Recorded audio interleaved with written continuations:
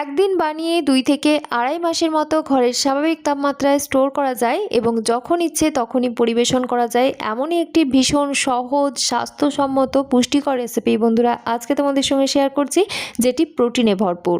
তো এর জন্য আমাদের লাগছে 1 টেবিল চামচ মুগের ডাল, 1 টেবিল চামচ মসুর ডাল, 1 টেবিল চামচ বিউলির ডাল বা মাসকলাইয়ের ডাল, 1 টেবিল চামচ মটর ডাল এবং তার সাথে নিয়েছি 1 টেবিল চামচ ডালিয়া, যেটা হচ্ছে গমের ভাঙা টুকরো, সাথে 1 টেবিল চামচ গোবিন্দভোগ চাল নিয়েছি।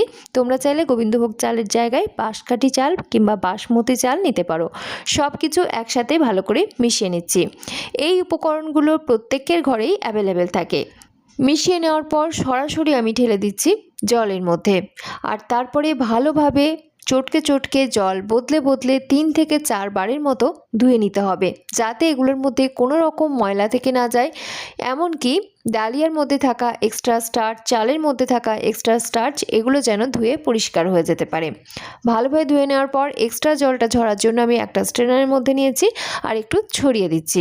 স্ট্রেনারের মধ্যে মিনিট 10 মতো রেখে দেবো, যাতে এক্সট্রা জলটা ভালোভাবে ঝরতে পারে। তো 10 মিনিট পর এখন আমি তোমাদেরকে দেখাচ্ছি, হাতে কিন্তু চালগুলো আর আটকে যাচ্ছে না, জলটাও অনেকটা ঝরে গেছে। এই সময় একটা প্লেটের মধ্যে নিয়ে নিচ্ছি। প্লেটের মধ্যে নিয়ে এটাকে ভালোভাবে ছড়িয়ে ঘরের স্বাভাবিক তাপমাত্রায় ফ্যানের বাতাসের নিচে রেখে দিচ্ছি 1 ঘন্টার মতো। যদি রোদ্দুর থাকে রোদ্দুরেও রেখে দেওয়া যেতে পারে 1 ঘন্টার মতো, তাতে করে এক্সেস যে জলটা রয়েছে সেই জলটা শুকিয়ে যাবে। 1 ঘন্টা পরে দেখো ভালোভাবে শুকিয়ে গেছে, এক্সেস যে জলটা ছিল সেটা শুকিয়ে গেছে এবং বেশ ঝরঝরে মতো হয়ে গেছে। এই পর্যায়ে আসলেই আমি একটা প্যানের মধ্যে ঢেলে নিচ্ছি। সরাসরি একটা প্যানের মধ্যে ঢেলে নিচ্ছি। প্যানের মধ্যে কোনো রকম তেল জল কিছুই অ্যাড করার কোনো প্রয়োজন নেই। এইবারে ড্রাই রোস্ট করে নিচ্ছি। মাঝারি তাপমাত্রায় ভালোভাবে নাড়াচাড়া করে নিতে হবে, সব দিকে যেন তাপ পায় সেদিকে খেয়াল রাখতে হবে। 2 থেকে আড়াই মিনিটের মতো নাড়াচাড়া করার পর যখন এরকম ঝরঝরে টাইপের হয়ে গেছে, সেই সময় আমি এখানে কিছু মশলা অ্যাড করে নেব। মশলার মধ্যে নিয়েছি গোটা জিরে 1/2 চা চামচ, গোটা ধনে 1/2 চা চামচ, আর তার সাথে নিয়ে নিচ্ছি কিছুটা হলুদের গুঁড়ো, ওই 1 চিমটের মতো। হলুদের গুঁড়োটা তোমরা চাইলে পরের দিকেও ব্যবহার করতে পারো, তবে এই সময় দিলে খুব সুন্দর একটা ফ্লেভার আসে। সাথে দিয়েছি একটি শুকনো লঙ্কা, কিছুটা কালো সর্ষে, যে কোনো সর্ষে এখানে ব্যবহার করা যায়, 1/4 টিস্পুনের মতো, কয়েকটা কারি পাতা দিয়েছি, যেটা কিন্তু অবশ্যই কিন্তু ব্যবহার করতে হবে।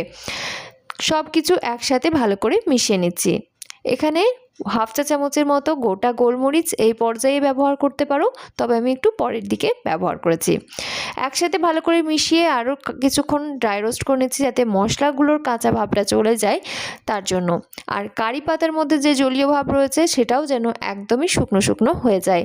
যত ভালোভাবে ড্রাই রোস্ট করা হবে ততই এর সেলফ লাইফ বেড়ে যাবে।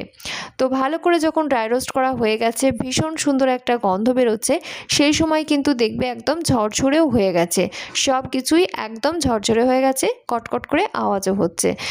এই সময় আমি এখানে কিছুটা গোটা গোলমরিচ অ্যাড করে দিলাম। গোলমরিচটা যেহেতু আমার আগের থেকেই ড্রাই রোস্ট করা ছিল, তাই পরের দিকে ব্যবহার করলাম। তোমরা বাদবাকি মশলা ব্যবহার করার সময়তেই কিন্তু গোলমরিচটা ব্যবহার করতে পারো। সব কিছু মিশিয়ে নেওয়ার পর এরকম ঝরঝরে টাইপের হয়ে গেছে, সেই সময় আমি আঁচ বন্ধ করে গরম কড়াইয়ের মধ্যেই রেখে দিচ্ছি। মাঝে মাঝে নাড়াচাড়া করে নেব, না হলে আবার নিচের দিকটা পুড়ে যেতে পারে, যেহেতু কড়াইটা কিন্তু বেশ গরম রয়েছে। আর এখানে আমি আয়রনের কড়াই ব্যবহার করেছি। যখন ভালোভাবে ঠান্ডা হয়ে স্বাভাবিক রুম টেম্পারেচারে চলে এসছে, সেই সময় আমি একটা গ্রাইন্ডার জারের মধ্যে সমস্ত কিছু নিয়ে নিলাম, দিয়ে ভালোভাবে গুঁড়ো করে নেব। আর কোনো কিছু অ্যাড করার কোনো প্রয়োজন নেই এই পর্যায়ে।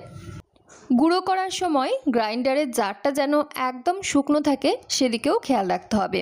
তো দেখো ভালোভাবে গুঁড়ো করে মিহি একটা পাউডার বানিয়ে নিয়েছি। থেমে থেমে পালস মোডে গুঁড়ো করে নিতে পারো যদি অসুবিধা হয় সেক্ষেত্রে। তো এরকম একটা সুন্দর পাউডার বানিয়ে নেওয়ার পর এটাকে যে কোনো এয়ারটাইট স্টেরিলাইজড গ্লাস জারের মধ্যে সংরক্ষণ করে রাখা যায় ঘরের স্বাভাবিক তাপমাত্রায় 2 থেকে আড়াই মাসের মতো। আর যদি এটাকে তোমরা ফ্রিজে রাখো সেক্ষেত্রে ফ্রিজের নর্মাল চেম্বারে 6 থেকে 7 মাসের মতো স্টোর করা যায় এবং ব্যবহার করা যায়। খুবই হেলদি একটা প্রিমিক্স তোমাদেরকে বানিয়ে দিলাম, দেখালাম। এই প্রিমিক্স তোমরা যদি বানিয়ে নিতে পারো তাহলে কিন্তু যারা ব্যাচেলর রয়েছো বা যারা স্টুডেন্ট রয়েছো পড়াশুনোর সূত্রে বা কাজের সূত্রে বাড়ির বাইরে থাকো, তাদের জন্য এটা কিন্তু ভীষণই হেল্পফুল হবে। যখন ইচ্ছে তখনই এটা দিয়ে জাস্ট 1-2 মিনিটের মধ্যেই খাবার বানিয়ে নিতে পারবে। কিভাবে বানাতে হয়? তো তার জন্য আমি প্রথমে একটা ছোট বাটির মধ্যে 3-4 চামচের মতো এই প্রিমিক্স নিয়ে নিলাম, সাথে অ্যাড করে দিচ্ছি গরম জল। তোমরা এখানে চাইলে ঠান্ডা জল দিয়েও ভিজিয়ে রাখতে পারো, তবে গরম জলে ভিজিয়ে রাখলে 2 মিনিটেই কাজটা হয়ে যাবে। আর যদি ঠান্ডা জলে বা নর্মাল রুম টেম্পারেচারে থাকা জলে ভিজিয়ে রাখো সেক্ষেত্রে 5-7 মিনিটের মতো ভিজিয়ে রাখতে হবে। এখানে নিয়েছি আদা আর কাঁচা লঙ্কা, এগুলোকে একটু থেতো করে নিচ্ছি। এই রেসিপিতে আদা, রসুন, কাঁচা লঙ্কা এগুলো ব্যবহার করলে ভীষণ ভালো টেস্ট হয় এবং এগুলো প্রত্যেকটাই কিন্তু বেশ স্বাস্থ্যকর। একটু থেতো করে নেওয়ার পর এর সঙ্গে অ্যাড করে দিচ্ছি ধনে পাতাটাকেও এর সঙ্গে থেতো করে একটা থেঁচা মশলা আমরা তৈরি করে নিচ্ছি। ওটাকে এক সাইডে রেখে কড়াই বসিয়ে নিয়েছি। কড়াই গরম হতে এর মধ্যে দিয়ে দিলাম রসুন কুচি। আমি এখানে কোনো রকম তেল, ঘি কিংবা বাটারের ব্যবহার করছি না, তোমরা চাইলে করতে পারো। তবে যারা ওয়েট লস ডায়েটে রয়েছে তাদের জন্য এই রেসিপি একেবারে অ্যাপ্রোপ্রিয়েট। এবার রসুন দেওয়ার পর দিয়ে দিলাম থেঁচা মশলাটা, দিয়ে একসাথে করে একটু নাড়াচাড়া করে নিচ্ছি। রসুন এবং কাঁচা লঙ্কা এগুলোর যে কাঁচা গন্ধ রয়েছে সেটা চলে যাবে, ততক্ষণ পর্যন্ত নাড়াচাড়া করে নিতে হবে। আর যখন দেখবে নিচের দিকে ধরতে শুরু করছে, চিপকে যাচ্ছে, সেই সময় আমি এখানে 1 কাপ জল অ্যাড করে দিলাম। এটা গরম জল হলেই ভালো হয়, তবে নর্মাল রুম টেম্পারেচারে জল দিলেও কোনো অসুবিধা নেই। এবারে সব কিছু একসাথে ভালোভাবে মিশিয়ে নিচ্ছি। এবারে এখানে আমি কিছু সবজি ব্যবহার করব, যার মধ্যে প্রথমে দিয়ে দিলাম কড়াইশুঁটি প্রায় 1 মুঠোর মতো, কিছুটা গাজর আর সুইট পটেটো ছোট টুকরো করে কেটে রেখেছিলাম সেটা দিয়ে দিলাম। দিয়ে দিচ্ছি কিছুটা সুইট কর্ন, আর স্বাদের জন্য লবণ তো লাগছেই, আর কিছুটা গোলমরিচের গুঁড়ো অ্যাড করে দিলাম। ব্যাস, এগুলোকে সব একসাথে ভালো করে মিশিয়ে তারপরে ঢাকনা বন্ধ করে আঁচ মাঝারি থেকে লোয়ের দিকে করে কিছু সময় সিদ্ধ হতে দেব। তোমরা এখানে তোমাদের কাছে থাকা সবজি, পছন্দ মতো সবজি ব্যবহার করতে পারো, যেগুলো খুব তাড়াতাড়ি সিদ্ধ হয়ে যায় সে ধরনের সবজি ব্যবহার করার চেষ্টা করবে। ঢাকনা বন্ধ করে 4-5 মিনিটের মতো হতে দেব, যাতে সবজিগুলো অর্ধসিদ্ধ হয়ে যায়। এই রেসিপিতে যারা চিকেন ব্যবহার করতে চাইছো তারা কিন্তু একদম ছোট ছোট করে কাটা বোনলেস চিকেন প্রথমেই থেঁচা মশলার সঙ্গে অ্যাড করে কিছু সময় নাড়াচাড়া করার পর বাদ বাকি সবজি এবং জলটা অ্যাড করে নেবে। আমরা যে ডালের মিশ্রণটাকে ভিজিয়ে রেখেছিলাম সেটাকে একটু গুলিয়ে নেওয়ার পর এর সঙ্গে অ্যাড করে দিচ্ছি। ডালটা কিন্তু গরম জলে ভিজিয়ে রাখার ফলে এটাও কিন্তু অর্ধসিদ্ধ হয়ে গেছে। এবারে সব কিছু একসাথে ভালো করে মিশিয়ে ঢাকনা বন্ধ করে আঁচ মাঝারি থেকে লোয়ের দিকে করে মোটামুটি 2 মিনিটের মতো ফুটতে দেব। যারা চিকেন ব্যবহার করছো চিকেন সিদ্ধ হওয়া পর্যন্ত অবশ্য করে ফুটিয়ে নিতে হবে।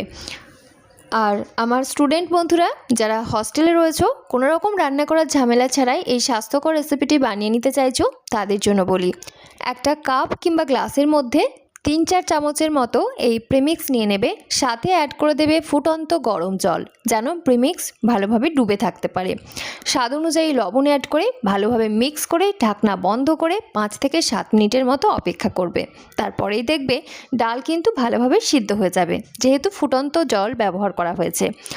আর যেহেতু আমরা এর মধ্যে সমস্ত রকম মশলাপাতি ব্যবহার করেছি এই প্রিমিক্সের মধ্যে, তাই এক্সট্রাভাবে আর কোনো কিছু অ্যাড করার প্রয়োজনই পড়বে না। তৈরি হয়ে যাবে ভীষণই স্বাস্থ্যকর একটা ডালের স্যুপ। সেটা তোমরা নিজেদের ইচ্ছে অনুযায়ী পছন্দ মতো যে কোনো সময় তৈরি করে খেতে পারো। আশা করছি উপকারে আসবে। তো দেখো, আমাদের কিন্তু ডাল এবং সবজি ভালোভাবেই সিদ্ধ হয়ে গেছে। এইবারে আমি আঁচ বন্ধ করে দিচ্ছি। তোমরা যদি চাও এর সঙ্গে কিছুটা ধনেপাতা কুচি অথবা নিজেদের পছন্দ অনুযায়ী ফ্লেভার এক্সট্রাভাবে অ্যাড করতেও পারো। তবে সব কিছু এখন ভালোভাবে সিদ্ধ হয়ে যাচ্ছে, সেই সময় আঁচ বন্ধ করে কিছু সময় স্ট্যান্ডিংয়ে রাখতে পারো। তবে তার আগে আমি একদম শেষে কিছুটা পাতিলেবুর রস ব্যবহার করব, তাতে করে টেস্ট এবং ফ্লেভার দুটোই ভালো আসে। অবশ্য করেই আঁচ বন্ধ করে দেওয়ার পরেই কিন্তু পাতিলেবুর রসটা ব্যবহার করতে হবে। ছোট্ট একটা বাটারের কিউব অ্যাড করে দিচ্ছি, যাতে করে ফ্লেভার ভীষণ ভালো হয়। আর আমাদের ওয়েট লস ডায়েটে কিন্তু ফ্যাটেরও প্রয়োজন রয়েছে, অবশ্য করেই গুড ফ্যাট, তাই সেজন্য আমি ছোট্ট একটা বাটারের কিউব অ্যাড করেছি। চাইলে ঘিউ ব্যবহার করা যেতে পারে, আর যারা একেবারেই ব্যবহার করতে চাইছো না তারা অবশ্য করে স্কিপ করতে পারো। ঢাকনা বন্ধ করে 4-5 মিনিটের মতো স্ট্যান্ডিংয়ে রেখে দিলাম, যাতে এই ফ্লেভারগুলো ভালোভাবে ছড়াতে পারে।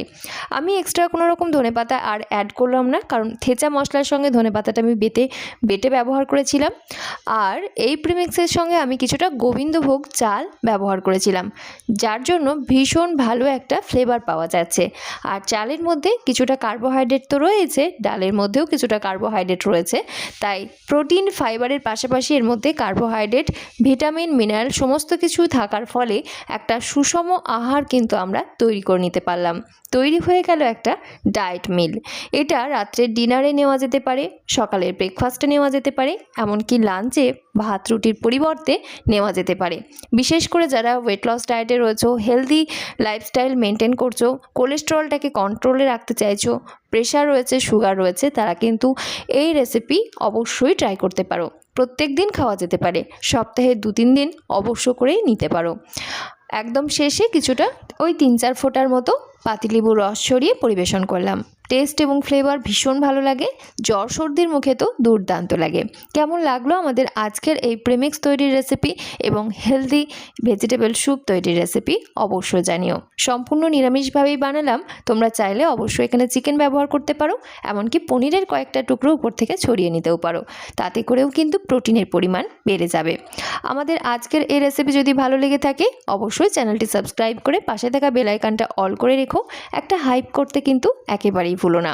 চাইলে আত্মীয় পরিজনদের সঙ্গে শেয়ার করতে পারো, তোমাদের মূল্যবান মতামত কিন্তু কমেন্ট বক্সে জানিও, ছোট্ট একটা লাইক করতে ভুলো না।